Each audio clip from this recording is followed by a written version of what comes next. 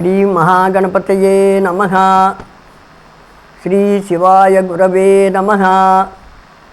శ్రీ పరదేవతాయై నమః. వందే గురుపదద్వంద్వం అవాంగ్మానసగోచరం రక్త శుక్లప్రభామిశ్రం అతర్క్యం త్రైపురం మహః. సచ్చిదానందరూపాం తాం గాయత్రీ ప్రతిపాదితాం నమామి శ్రీమయీం దేవీం ధియో నః ప్రచోదయాత్. నమోస్తు తే వ్యాస విశాలబుద్ధే ఫుల్లారవిందాయతపత్రనేత్ర ఏన త్వయా భారత తైలపూర్ణః ప్రజ్వాలితో జ్ఞానమయ ప్రదీపః. ముందుగా నాకు జన్మనిచ్చినటువంటి తల్లిదండ్రులకు, అక్షరభిక్షను ప్రసాదించి పునర్జన్మనిచ్చిన శ్రీ గురుదేవులకు, నా విద్యాభ్యాస కాలాన తమ అమృత హస్తాలతో అన్న ప్రసాదం పెట్టిన మాతృమూర్తులకు, ఎంతో ఆదరణ చూపిన తండ్రులకు ధన్యవాదపూర్వక నమస్కారములు తెలుపుకుంటున్నాను. శ్రీ పరదేవతా స్వరూపులారా, ఇక్కడ నుండి నా ఈ దేవీ భాగవత ప్రవచనమునకు శ్రీ ములుగు పాపయారాధ్యుల వారి శ్రీ దేవీ భాగవత ప్రతిని కూడాను ఆధారంగా చేసుకుంటున్నాను. ఈ శ్రీ పాపయారాధ్యుల వారికి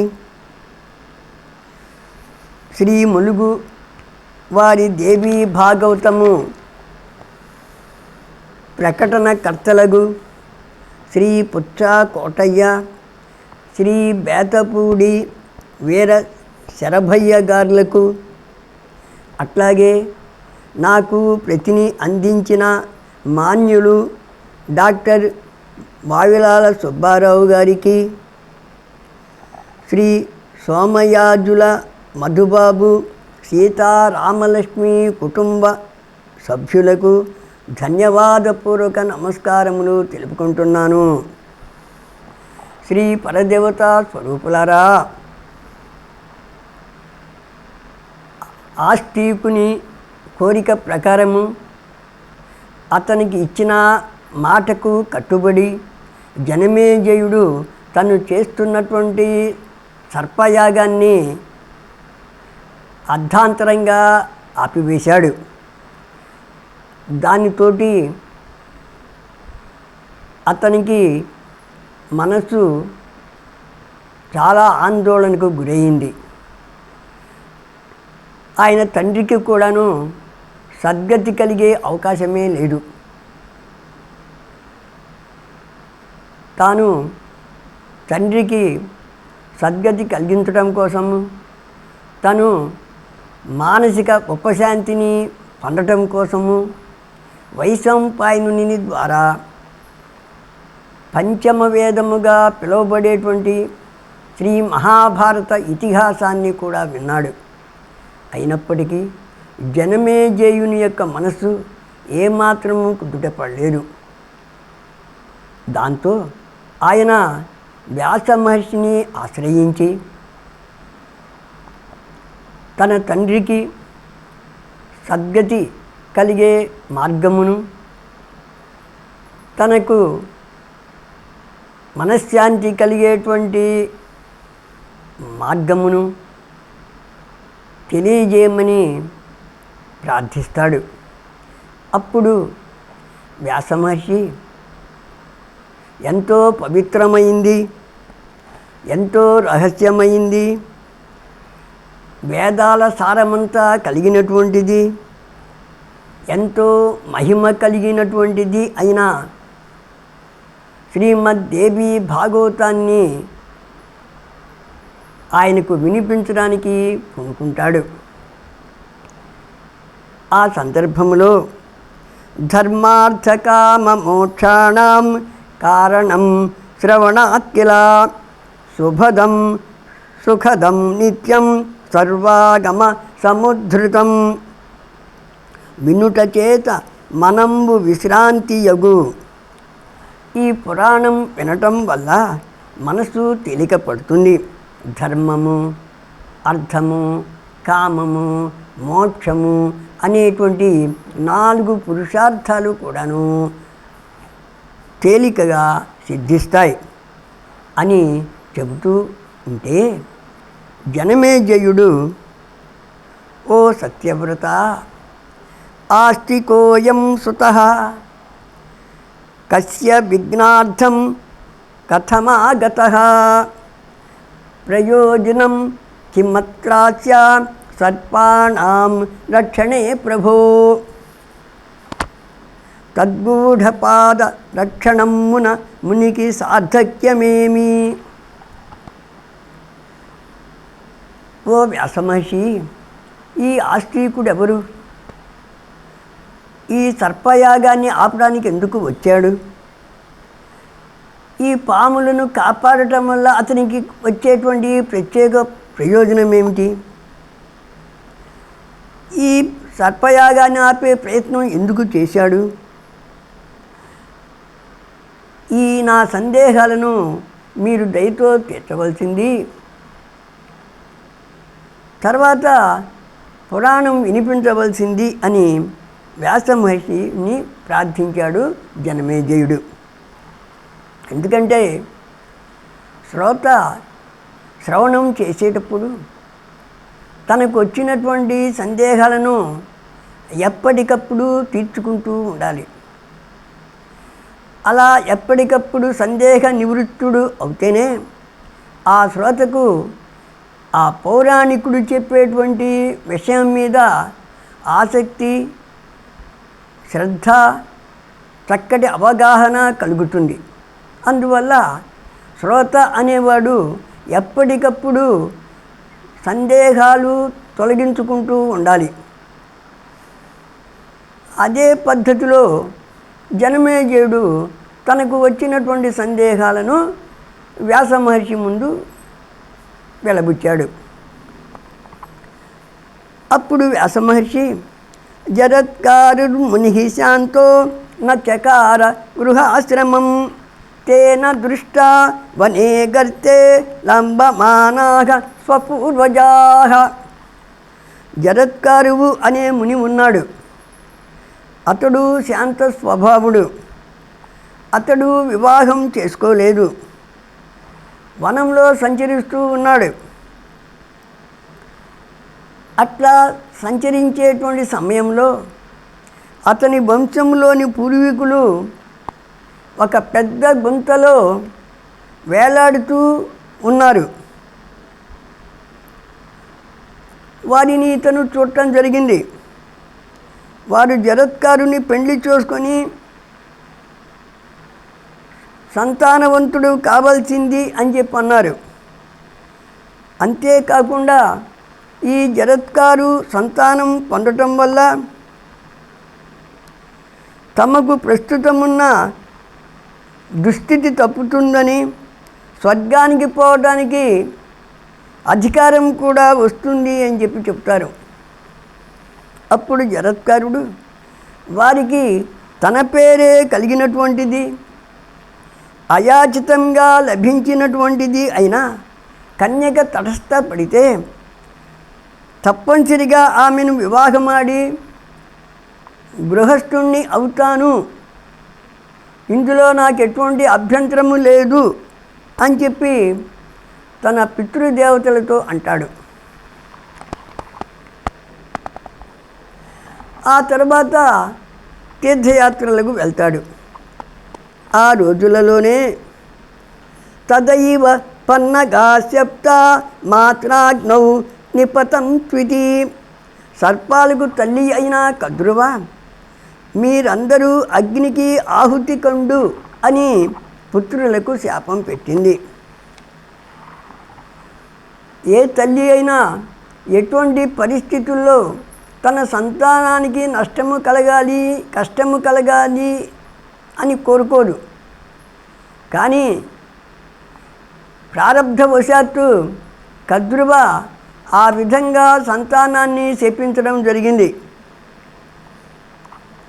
ఈ కశ్యప ప్రజాపతికి దితి, అదితి, కద్రువ, వినత అనేటువంటి భార్యలు ఉన్నారు.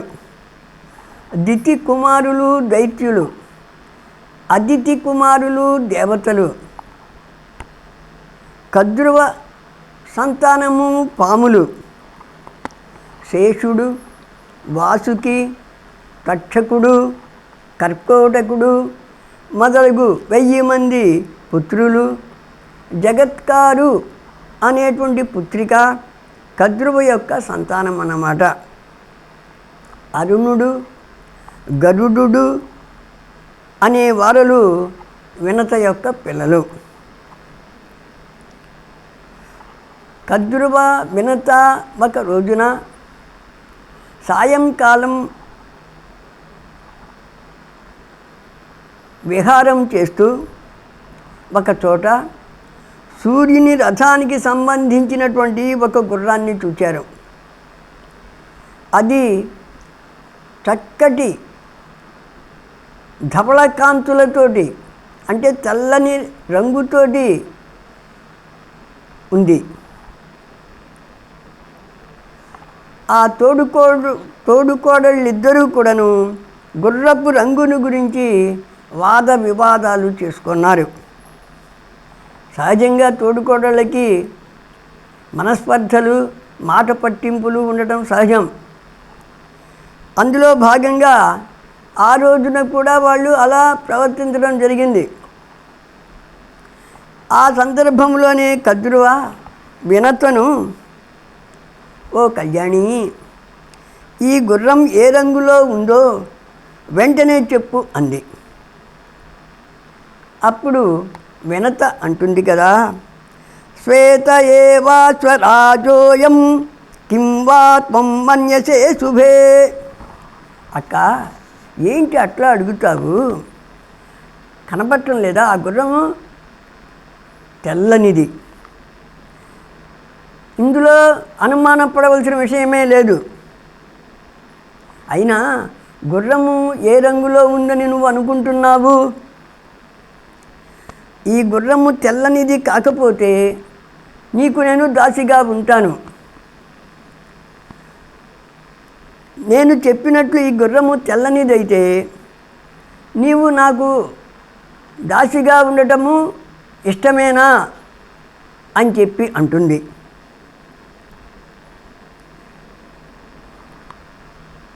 ఆ షరతు తనకు ఇష్టమేను అని చెప్పి కద్రువ వినతతోటి అంటుంది.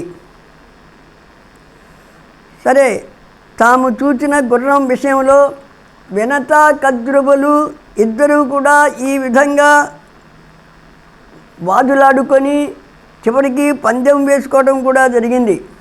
అప్పుడు కద్రువ, కృష్ణవర్ణమహం మన్యే హయమేనం శుచిస్మితే ఏహి సార్థం మయా దివ్యం దాసీ భావాయ భామిని. ఓ సుహాసిని, నాకు ఈ గుర్రం నల్లని రంగులో కనబడుతున్నది. నా ఈ అభిప్రాయము తప్పు కాదు. నీవు నాకు దాసిగా ఉండడానికి సిద్ధపడు అని చెప్పి వినతతోటి అంటుంది. ఇంతలోకి సూర్యాస్తమానం అవుతున్నది. అందువల్ల వాళ్ళు రేపు ఉదయము వచ్చి ఆ అశ్వాన్ని పరిశీలనగా చూచి నిజానిజాలు తెలుసుకోవచ్చులే అని చెప్పి ఇద్దరూ కూడాను తమ తమ ఇళ్లకు వెళ్ళిపోతారు. శ్రీ పరదేవత స్వరూపులారా, తమ తమ ఇండ్లకేగ వినతా వనితా వచనంబు తథ్యమౌట మనమునందెరింగి కడుటక్కరి కద్రువ స్వాత్మజాతులన్ ప్రమదముతోడ మీరుచని భానురథాస్వము చుట్టుడన్న వారమల మనస్కులై దురితమట్టులు చేయమనంగనీసునన్.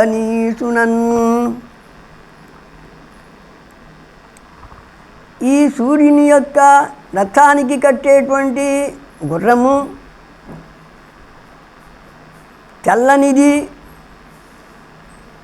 అది శరీర భాగంలో ఎక్కడా నలుపుని కలిగి ఉండలేదు అన్నటువంటి విషయము కద్రుకు తెలుసు.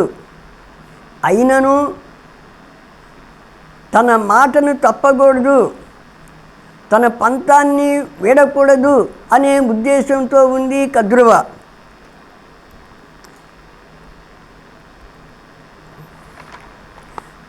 ఆ ఉద్దేశంతోనే వినతతోటి పందెం కూడా కాసింది.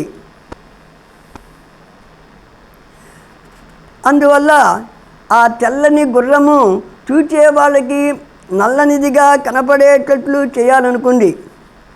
అందుకు తన పిల్లలలో నల్లగా ఉన్న వాటిని పిలిచింది. పిలిచి వాటిని గుర్రానికి చుట్టుకొని ఆ గుర్రము నల్లగా కనపడేట్లుగా చేయమంది. కానీ ఆ పిల్లలు పాములు తల్లి చెప్పిన పని చేయటానికి ఒప్పుకోలేదు. అధర్మము, అన్యాయము చేయదలుచుకోలేదు. దాంతో కద్రుకి కోపం వచ్చేసింది. ఆ కోపంతోనే జనమేజయస్య యజ్ఞే వై గమిష్యథ హుతాశనం. జనమేజయున్ అధ్వరమున ఘనవగ్ని శిఖాళి మ్రగ్గగా గలరంచున్.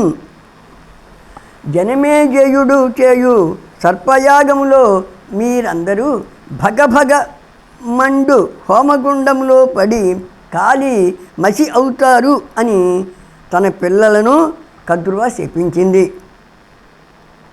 అప్పుడు కొన్ని పాములు తమ తల్లిని ప్రసన్నురాలిని చేసుకుంటానికి గుర్రం తోకను చుట్టుకొని గుర్రం తోక నల్లగా ఉండేట్లుగా కనపడేట్లుగా చేశాయి. మరునాడు కద్రువ, వినత ఇద్దరూ కూడాను గుర్రమున్న చోటుకు వెళ్ళారు. ఆ గుర్రము నల్లధనాన్ని కలిగి ఉందని చెప్పి తెలుసుకున్నారు. గుర్రము నలుపు రంగును కలిగి ఉండటంతో వినత చాలా విచారపడింది. ఆ రోజులలోనే వినతకు గరుడు పుట్టాడు. అతడు గొప్ప బలవంతుడు, పాములను తింటూ ఉన్నాడు. అతడు తన తల్లి మనోవ్యధను గుర్తించాడు. అమ్మా, నీవెందుకు దుఃఖిస్తున్నావు? ఎందుకు ఏడుస్తున్నావు? నేను అరుణుడు నీ పుత్రులుగా ఉండగా నువ్వు దుఃఖపడమేమిటి? నీవు దుఃఖిస్తే మాకు చెడ్డ పేరు వస్తుంది. తల్లి దుఃఖాన్ని పోగొట్టలేని కొడుకు ఉన్నా ఒకటే, లేకున్నా ఒకటే. శంసమే కారణం మాతః కరోమి విగతజ్వరాం సపత్న్యా దాస్యహం పుత్ర కిం బ్రవీమి వృతా క్షత. అమ్మా, నీ దుఃఖానికి కారణం తెలిపితే దానిని పోగొట్టి నీవు సంతోషంగా ఉండేటట్లు చేస్తాను అని గరుత్మంతుడు తల్లితో అంటాడు. అప్పుడు వినత, పుత్రా, నేను నా సవతి అయిన కద్రువకు దాసీని అయ్యాను.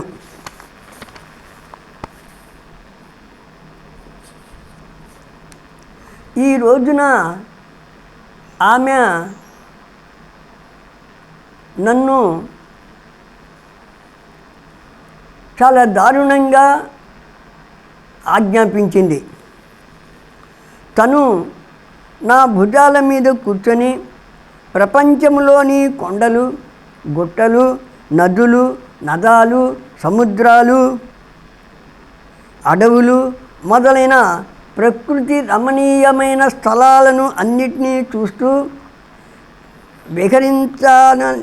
విహరించాలని ఉన్నట్లు చెప్పింది.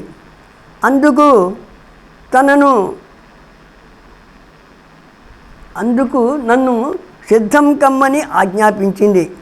అందుకే నేను బాధపడుతున్నాను అని గరుడునితో అంటుంది. అప్పుడు గరుడు, అమ్మా, నాకు భూమండలమంతా తెలుసు. కద్రువ ఏ ఏ ప్రదేశాలను చూడాలనుకుంటే ఆయా ప్రాంతాలకు ఆమెను మోసుకొని వెళ్తాను, నీ బాధను పోగొడతాను అని తల్లితో అంటాడు. తర్వాత వినత కద్రువ దగ్గరకు వెళ్ళింది.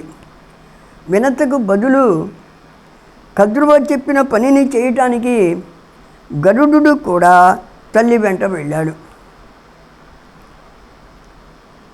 కద్రువ ఆదేశం ప్రకారం ఆమెను భుజానికి ఎత్తుకొని సముద్రపు ఆవలి ఒడ్డుకు చేర్చాడు.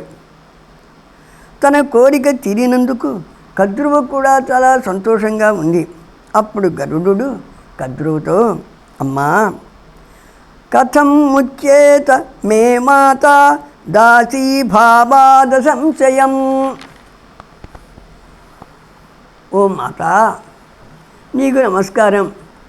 నా తల్లి బానిసత్వం నుంచి ఎట్లా బయటపడుతుందో చెప్పవలసింది అంటాడు. అప్పుడు కద్రువ వినతతో, అమృతం దేవలోకాత్వం బలాదానీయ మే సుతాన్ సమర్పయ సుతాద్యాసు మాతరం మోచయా బలాం. కుమారా, నీవు దేవలోకం నుంచి అమృతాన్ని తీసుకొచ్చి నా పిల్లలకివ్వు. వారు దానిని ఆరగించినందువల్ల అమరులవుతారు. అంతకన్నా నాకు సంతోషం కలిగించే విషయం మరొకటి ఉండదు.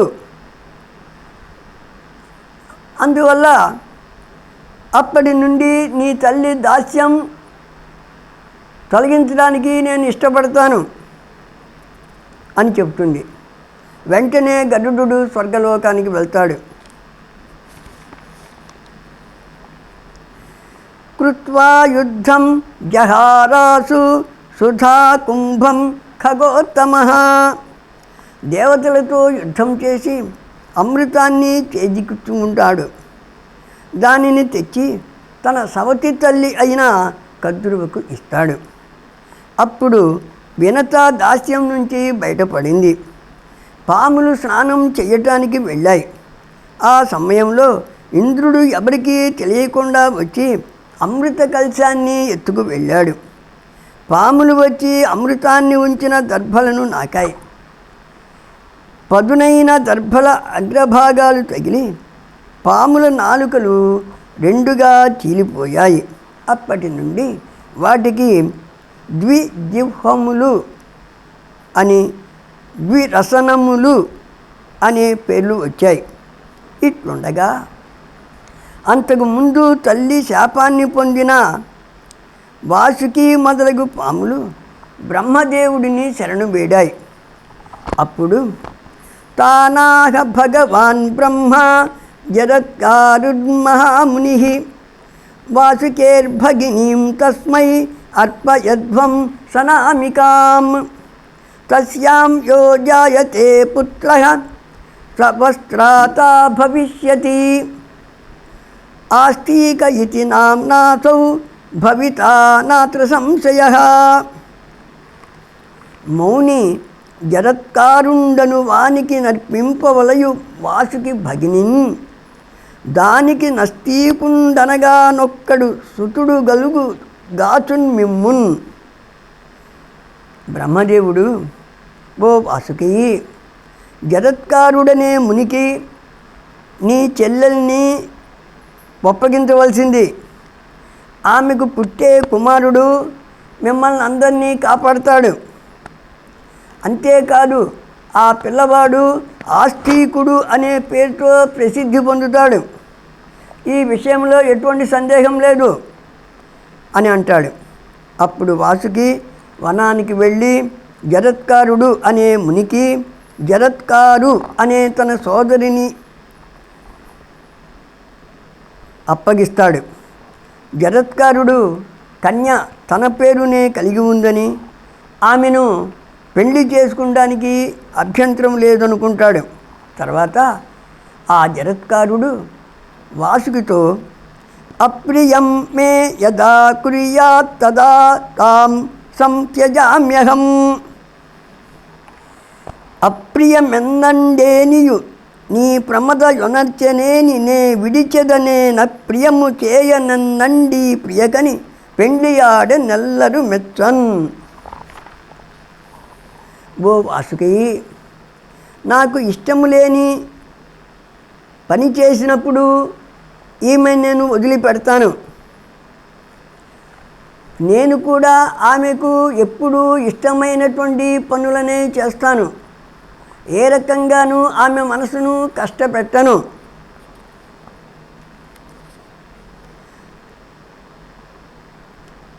అని తన నియమాన్ని తెలుపుతాడు. వాసుకి అందుకు ఒప్పుకుంటాడు. జరత్కారుడు ఈ జరత్కారిని పెళ్లి చేసుకుంటాడు. వాసుకి తన ఇంటికి వెళ్ళిపోతాడు. ఈ జరత్కారుడు తమ కోసం చక్కని కుటీరాన్ని ఏర్పాటు చేసుకుంటాడు. అందులో సుఖజీవనం చేస్తూ ఉంటారు ఆ ముని దంపతులు. ఇట్లా రోజులు గడుస్తూ ఉన్నాయి. ఒక రోజున మధ్యాహ్న సమయంలో జరత్కారుడు నిద్రించబోయే ముందు తన భార్యతోటి, ప్రియురాలా, ఎటువంటి పరిస్థితులలోనూ నన్ను నిద్ర లేపవద్దు అని చెప్పి నిద్రిస్తాడు. రవిరస్తగిరిం ప్రాప్తః సంధ్యాకాలముపస్థితే కిం కరోమి నమే శాంతి త్యజేన్మాం బోధితః పునః. సూర్యుడు అస్తమిస్తున్నాడు. సంధ్యా సమయం దగ్గరకు వస్తుంది. జరత్కారుడా లేవలేదు. సంధ్యా సమయంలో నిద్రించడం అనేది చాలా దోషం. ఈ సంధ్యా సమయంలో తప్పనిసరిగా సంధ్యావందనం చేయాలి. సంధ్యావందనం చేయకపోతే అధర్మం అవుతుంది. అంతేకాకుండా ఆ అధర్మము పాపానికి కారణమవుతుంది. ఇటువంటప్పుడు తను ఏం చేయాలో ఈ జరత్కారుకు పాలుపోలేదు. ఆమె మనసంతా కూడాను అలజడితో ఉంది. మునిని నిద్ర లేపితే ఆయన నన్ను వదిలిపెడతాడు. నోచేత్ ప్రబోధయామ్యేనం సంధ్యాకాలో వృథా వ్రజేత్. నిద్ర లేపకపోతే పవిత్రమైన సంధ్యా సమయము వ్యర్థమవుతుంది. ధర్మానికి కీడు చేసిన వాడు నరకానికి పొందుతాడు. నా భర్త అధర్మ దోషం పొందే కంటే నన్ను వదిలిపెట్టడమే మంచిదవుతుంది అని జరత్కారు ఆలోచిస్తుంది. ఉత్తమ ఇల్లాలు అట్లాగానే ఆలోచిస్తుంది. ఎందుకంటే నేను నిద్ర లేపాననుకో ఆమెకి కోపం వస్తుంది. ఇంత మునుపు అన్న మాట ప్రకారం నన్ను వదిలిపెట్టి పోతాడు. అది జరిగేటువంటి ఆ ఎడబాటు అనేది నాకు బాధ కలిగిస్తుంది. కానీ ఆ మునికి మాత్రము అధర్మానికి పాల్పడ్డట్లు కాదు. అందువల్ల తన భర్తకు అధర్మదోషము అంటే కంటే తాను భర్తకు దూరంగా ఉండటమే మంచిది అని చెప్పి ఆ ఇల్లాలనుకుంది. తన భర్తకు ఎటువంటి పరిస్థితుల్లో కూడాను అధర్మదోషం కలగకూడదని, ఆ అధర్మదోషం వల్ల అతడు నరకాన్ని పొందకూడదని ఆమె భావించడం వల్ల ఆ జరత్కారుణ్ణి ఆమె సంధ్యాకాలోపి సంజాత ఉత్తిష్టోత్తిష్ట సువ్రత. ఓ గొప్ప వ్రత నియమం కలిగినటువంటి వాడా, సంధ్యా సమయం అవుతుంది, వెంటనే మేల్కోవలసింది అని జరత్కారు తన భర్త అయిన జరత్కారుడిని నిద్రలేపుతుంది. జరత్కార మహర్షికి నిద్రాభంగమైంది. ఆయన కోపంతో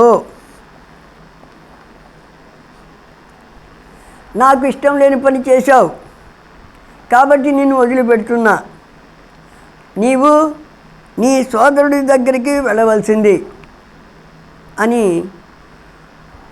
భార్యను ఆదేశిస్తాడు.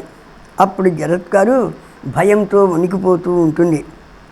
అట్లా భయపడుతూనే, ప్రభు, నన్ను మా అన్న ఏ ప్రయోజనాన్ని ఆశించి మీకు అప్పగించాడో అది ఎట్లా జరుగుతుంది మన ఇద్దరి మధ్య ఎడబాటు ఉన్నప్పుడు అని చెప్పి అడుగుతుంది. అప్పుడు ఆమెని ప్రశాంత హృదయంతో ప్రసన్న ముఖముతో అది జరుగుగాక అని క్లుప్తంగా సమాధానమిచ్చి ఆయన తపస్సు చేసుకోవడానికి వేరొక చోటికి వెళ్తాడు. జరత్కారువు తన అన్న అయిన వాసుకి దగ్గరికి వెళ్ళింది. జరిగిన విషయం చెబుతుంది. వాసుకి కూడా జరత్కారుని మాటల మీద నమ్మకం ఉంచుతాడు. జరత్కారు అన్న ఇంట్లోనే ఉంటుంది. తర్వాత కొన్ని రోజులకు ఆమెకు ఆస్తికుడు పుట్టాడు. ఈ ఆస్తికుడు జనమేజయ మహారాజు చేయు సర్పయాగాన్ని ఆపించి తమ ప్రాణాలను కాపాడుతాడనేటువంటి నమ్మకంతో పాములన్నీ కూడాను ఎంతో ఆనందాన్ని పొందాయి. ఆస్తికుడు కూడా ఆ పాముల నమ్మకాన్ని వమ్ము చేయకుండా జనమేజయుని సర్పయాగాన్ని ఆపించాడు. యజ్ఞజ్వాలలలో పడి చావకుండా మిగిలిన తక్షకుడు మొదలగు పాములను ఆస్తికుడు రక్షించాడు. ఆ విధంగా తల్లి తరపు బంధువులకు ఊరట కలిగించాడు ఈ ఆస్తికుడు. ఓ జనమేజయ మహారాజా, నీవు కూడా ఆస్తికుని కోరిక ప్రకారం సర్పయాగాన్ని ఆపివేసి ఇచ్చిన మాటను నిలబెట్టుకున్నావు. గొప్ప పుణ్యాత్ముడు అయ్యావు. యాగం అర్థాంతరంగా ఆగటం వల్ల భారతగాథను విన్నను నీకు మనశ్శాంతి, నీ తండ్రికి సద్గతి కలగలేదు. అందుకని ఇప్పుడు సాత్విక విధి విధానాలతో శ్రీదేవీ యజ్ఞం చెయ్యి. దేవీ భాగవతాన్ని శ్రద్ధగా విను. ఆ పరదేవత అనుగ్రహంతో నీకు మనశ్శాంతి, నీ తండ్రికి సద్గతులు కలుగుతాయి. నీ రాజ్యం సుభిక్షంగా ఉంటుంది.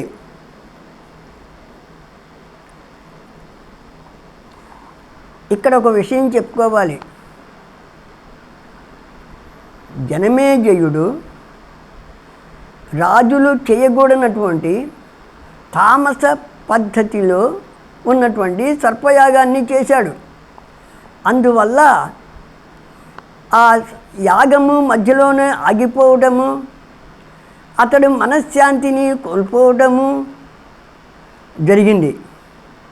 అందువల్ల యాగాలలో సాత్వికము, రాజసికము, తామసికము అనే 3 రకాలు ఉంటాయి.